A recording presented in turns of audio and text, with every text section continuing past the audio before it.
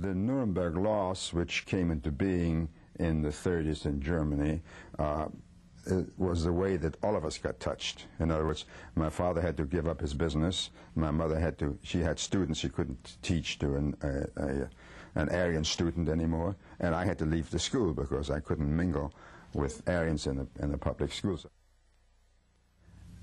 It was an unbelievable scene that we went in, and this was not one of the mass extermination camps. This was a smaller camp where the Germans were using experiments to see how little a person can eat before they starve to death.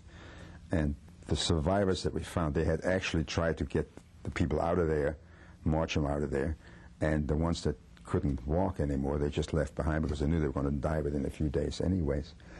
And we saw these corpses laying all over, and we saw the half corpses. That the first thing they told us, do not feed these people because they have to be scientifically, fed to be brought back to a regular standard. And the smell was unbelievable, and the corpses were stacked up where they had put them with lime over them and then burned them.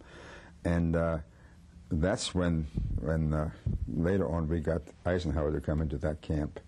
And he made the edict that all the civilians from around there had to walk through that camp. Man has the ability to do good or to choose between good and evil. If we didn't, we would be robots. And I would prefer to have it that way. And hopefully there are more good people in this world than bad people. And if there are, then this type of thing won't happen again. But if the good people don't do anything, that's the answer to how the Holocaust has happened, because good people sat by and didn't do anything.